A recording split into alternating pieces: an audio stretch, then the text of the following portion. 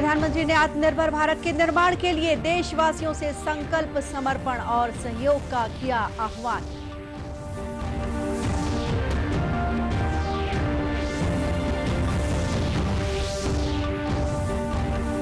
केंद्रीय गृह मंत्री ने दूसरे देशों की तुलना में भारत में कोरोना संक्रमण पर नियंत्रण की स्थिति बेहतर बताई।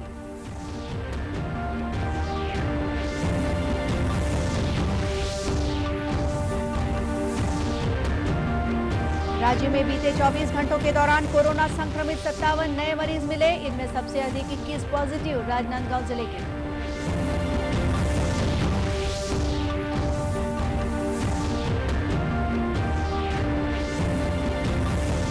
और मुख्यमंत्री ने प्रदेश के पहुंच विहीन और दुर्गम इलाकों में सौर ऊर्जा के जरिए बिजली पहुंचाने के दिए निर्देश।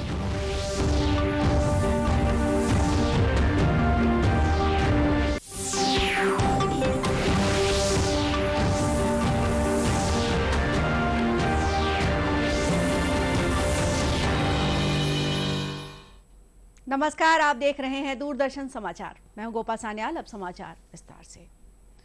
प्रधानमंत्री नरेंद्र मोदी ने कहा है कि दुनिया ने देश की संप्रभुता और अखंडता की रक्षा के लिए भारत की प्रतिबद्धता और ताकत का अंदाजा लगा लिया है। उन्होंने कहा कि लद्दाख में भारत की भूमि पर आंख उठाकर देखने वालों को करारा जवाब मिल गया है। आज आकाशवाणी से प्रसारित मन की बात कार्यक्रम में अपने विचार साझा करते हुए प्रधानमंत्री ने कहा कि भारत मित्रता की भावना का सम्मान करता है और अपने शत्रुओं को उचित जवाब देने में सक्षम है। उन्होंने कहा कि हमारे वीर सैनिकों ने साबित कर दिया है कि अपनी मातृभूमि के गौरव और मान सम्मान पर किसी को बुरी नजर नहीं डालने देंगे।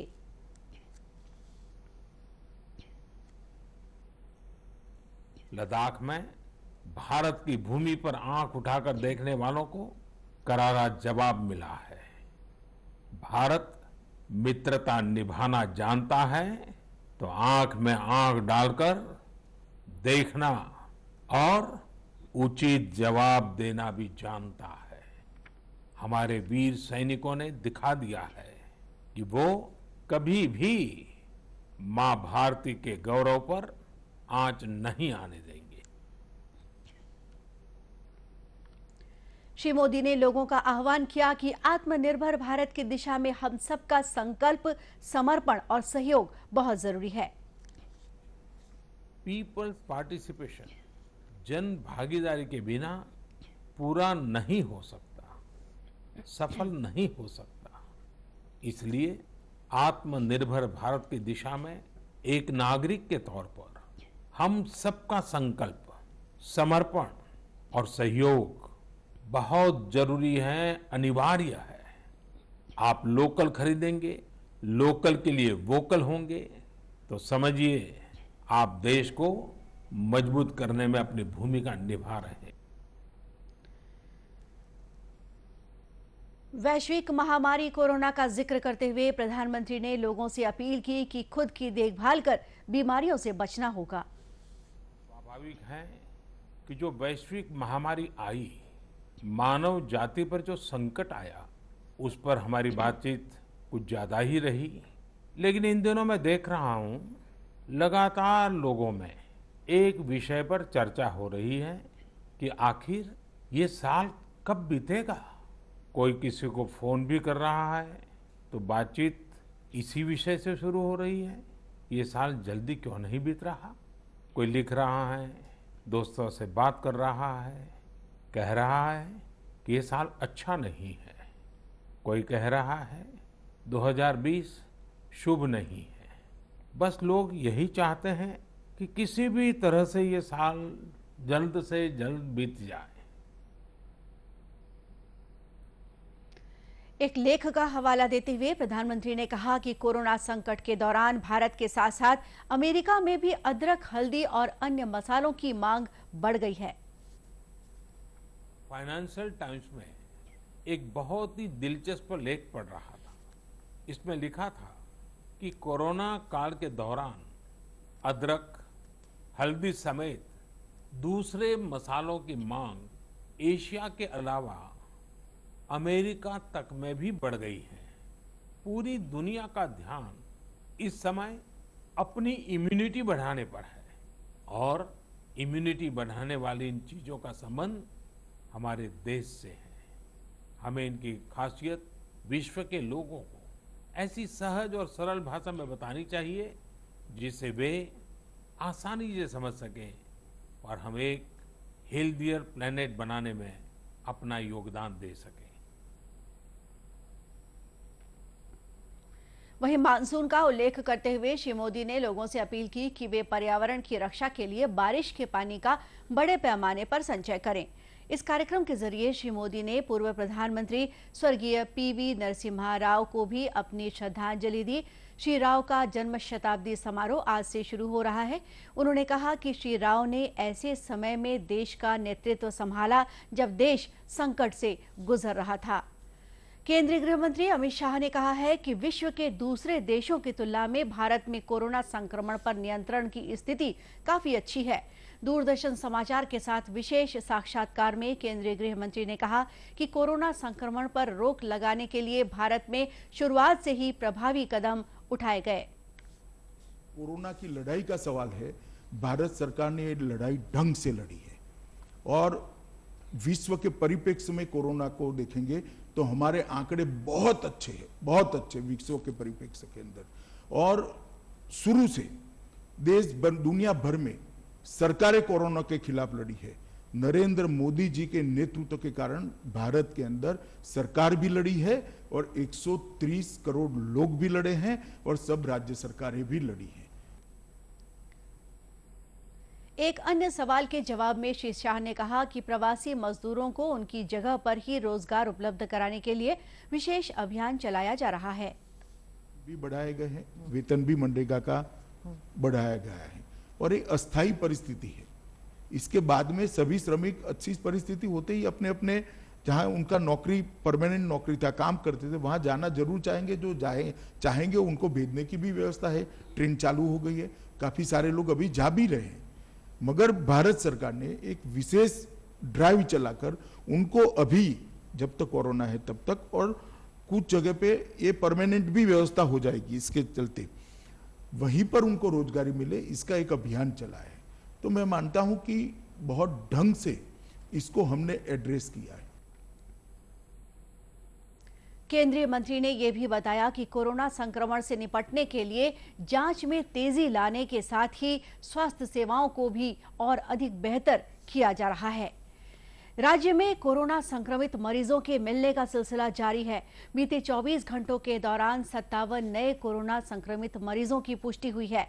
इनमें सबसे अधिक 21 मरीज राजनांदगांव जिले में पाए गए हैं। जिले के मुख्य चिकित्सा और स्वास्थ्य अधिकारी डॉक्टर मिथिलेश चौधरी ने बताया कि बीते एक सप्ताह के दौरान लखौली क्षेत्र में एक ही परिवार के 32 सदस्य पॉजिटिव पाए गए हैं, जिनमें से 2 लोगों की मौत हो चुकी है। उन्होंने बताया कि कंटेनमेंट इलाके में शिविर लगाकर लोगों की कोरोना जांच की जा रही है। डॉक्टर चौधरी ने बताया कि लखोली क्षेत्र कोरोना का हॉटस्पॉट बना हुआ है। अभी तक 8,500 सैंपल भेजे जा चुके हैं और उसमें से 7,500 के लगभग नेगेटिव आ चुके हैं और 212 जो आज के नहीं जोड़ा गया उसमें 212 पॉजिटिव आ चुके हैं इसमें। प्रदेश में अब तक 1.5 लाख से अधिक कोरोना संदिग्ध लोगों के नमूने जांचे गए हैं। अभी तक प्रदेश में 2,600 कोरोना पॉजिटिव पाए गए हैं। वर्तमान में करीब 650 सक्रिय मामले हैं, जबकि 1,937 मरीज स्वस्थ होने के बाद अस्पताल से डिस्चार्ज कर दिए गए हैं। मुख्यमंत्री भूपेश बघेल ने प्रदेश के पहुंच विहीन और दुर्गम इलाकों में सौर ऊर्जा के जरिए बिजली पहुंचाने के निर्देश दिए हैं। मुख्यमंत्री ने रायपुर स्थित अपने निवास कार्यालय में राज्य विद्युत वितरण कंपनियों और क्रेडा के कार्यों की समीक्षा के लिए अधिकारियों की एक बैठक ली। उन्होंने अधिकारियों को नदी किनारे स्थित जिन क्षेत्रों में विद्युत लाइन नहीं है, वहां सिंचाई के लिए किसानों को सोलर पंप लेने को कहा है। साथ ही मुख्यमंत्री ने गरियाबंद के सुपेबेड़ा के अलावा बेमेतरा, बालोद, धमधा, साजा और नवागढ़ में खारे पानी की समस्या को खत्म करने के लिए इन क्षेत्रों में सतही जल पर आधारित पेयजल योजना बनाने के भी निर्देश दिए। बैठक में मुख्यमंत्री ने सोलर पेयजल, सौभाग्य और सौर सुजला योजना की समीक्षा की। बैठक में क्रेडा के अधिकारियों ने बताया कि सौर सुजला योजना के तहत प्रदेश में अब तक 78,000 से अधिक पंप स्थापित किए गए हैं, जिससे करीब 2.5 लाख एकड़ भूमि पर सिंचाई की सुविधा मिल रही है। वहीं सामुदायिक सिंचाई की 40 परियोजनाओं के माध्यम से करीब 3,500 एकड़ भूमि पर सिंचाई सुविधा उपलब्ध हुई है। कोरोना संकट के इस दौर में नए संभावनाओं पर विचार विमर्श करने और स्वस्थ रहने के उपायों पर चर्चा के लिए भिलाई में एक अंतर्राष्ट्रीय वेबिनार का आयोजन किया गया। इस वेबिनार में भारत के अलावा बांग्लादेश, अमेरिका, ऑस्ट्रेलिया और सऊदी अरब सहित अन्य देशों के वक्ताओं ने अपने विचार रखे। वेबिनार के मुख्य वक्ता राष्ट्रीय बैडमिंटन टीम के कोच पुलेला गोपीचंद थे। अपने संबोधन में उन्होंने फिजिकल फिटनेस पर जोर दिया। श्री गोपीचंद ने कहा कि स्वस्थ रहने पर ही बीमारियों का मुकाबला किया जा सकता है। इस वेबिनार का आयोजन भिलाई के शंकराचार्य महाविद्यालय द्वारा किया गया था। वेबिनार की संयोजक रक्षा सिंह ने बताया कि लोगों को कोरोना संक्रमण से बचाव और सामाजिक दायित्व निभाने के प्रति जागरूक करने के उद्देश्य से इस वेबिनार का आयोजन किया गया। इंटरनेशनल वेबिनार टॉपिक है एक्सप्लोरिंग न्यू पॉसिबिलिटीज ड्यूरिंग कोविड-19 क्राइसिस। हर किसी ने ऐसा सोचा कि बहुत आफत आ पड़ी है, बट ये जो टॉपिक है हम लोगों ने रखा, इसमें हर किसी ने ये बताया कि क्या चीज़ें उन्होंने सीखी, कैसे उन लोगों को लग रहा है कि हम फैमिली के साथ समय अच्छा बिता रहे हैं। लोग कुकिंग कर रहे हैं, कुछ लोग फिटनेस पे ज़्यादा ध्यान दे रहे हैं और ज़्यादातर लोग इम्यूनिटी पे काम कर रहे हैं। कुछ लोगों को हाइपरटेंशन हो जा रही है, तो उसके लिए भी हमारे कई स्पीकर्स ने इसमें बताया। जो हमारा वेबिनार हुआ, करीब 300 लोग इसमें पूरे टाइम जुड़े रहे और 15 कंट्रीज से डिफरेंट स्पीकर्स ने या अपने प्री रिकॉर्डेड वीडियोस भेजे या फिर लाइव जूम के थ्रू उन लोगों ने आज डिस्कशन किया। वेबिनार में शामिल होने वाले सभी वक्ताओं ने कोरोना संकट से निपटने के लिए एकजुट होकर कार्य करने की जरूरत बताई। अनलॉक 1 के तहत देश में सामान्य रूप से कामकाज का दौर शुरू हो गया है। ऐसी स्थिति में छत्तीसगढ़ से दूसरे राज्यों में काम दिलाने के नाम पर मानव तस्करी की आशंका के चलते कारगर रणनीति तय की जा रही है। केंद्रीय गृह मंत्रालय के निर्देश पर मानव तस्करी पर रोक लगाने के लिए राजनांदगांव जिले में भी एक प्रकोष्ठ गठित की गई है। राजनांदगांव स्थित पुलिस अधीक्षक कार्यालय में इस प्रकोष्ठ की बैठक हुई, जिसमें पंचायतों की पलायन पंजी की निगरानी करने का निर्णय लिया गया। अतिरिक्त पुलिस अधीक्षक सुरेशा चौबे ने बताया कि लॉकडाउन के दौरान दूसरे राज्यों से छत्तीसगढ़ पहुंचे मजदूरों को अब कुछ प्लेसमेंट एजेंसियां दूसरे राज्यों में काम के लिए ले जाने की कोशिश कर रही हैं। ऐसे में मानव तस्करी की आशंका के चलते ऐसी घटनाओं पर रोक लगाने के लिए पर्याप्त प्रयास किए जा रहे हैं। इसमें महिला बाल विकास, श्रम विभाग, एनजीओ और विधिक सेवा प्राधिकरण संयुक्त रूप से कार्य करते हैं। तो वर्तमान परिवेश में ट्रैफिकिंग की समस्या बढ़ न जाए, इसलिए उस परवाने के तहत आज ये मीटिंग ली गई कि अगर ऐसे केसेस आते हैं, क्योंकि बहुत सारे माइग्रेट लेबर्स जो हैं दूसरे स्टेट में जाकर काम कर रहे थे तो उनकी घर वापसी हुई है। अभी बीच में ऐसे लोग जो प्लेसमेंट एजेंसी से जुड़े हुए हैं और ट्रैफिकिंग में सहयोग देते हैं, उनकी हलचल को देखते हुए गाइडलाइन आई कि बैठक के माध्यम से सुनिश्चित कर लिया जाए कि क्षेत्र में ह्यूमन ट्रैफिकिंग जैसी कोई घटना ना हो पाए, और उसके लिए सरकार पहले से तैयार है ताकि ऐसे लोगों पे शिकंजा कसा जा सके। इस बैठक में मानव तस्करी पर रोक लगाने के उद्देश्य से विभिन्न विभागों की भूमिका तय की गई। अंत में मुख्य समाचार एक बार फिर। प्रधानमंत्री ने आत्मनिर्भर भारत के निर्माण के लिए देशवासियों से संकल्प, समर्पण और सहयोग का किया आह्वान।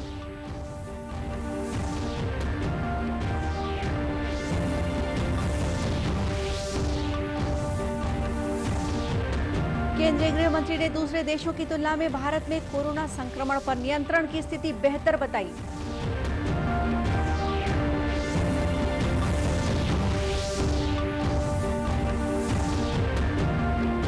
राज्य में बीते 24 घंटों के दौरान कोरोना संक्रमित 57 नए मरीज मिले। इनमें सबसे अधिक 21 पॉजिटिव राजनांदगांव जिले के।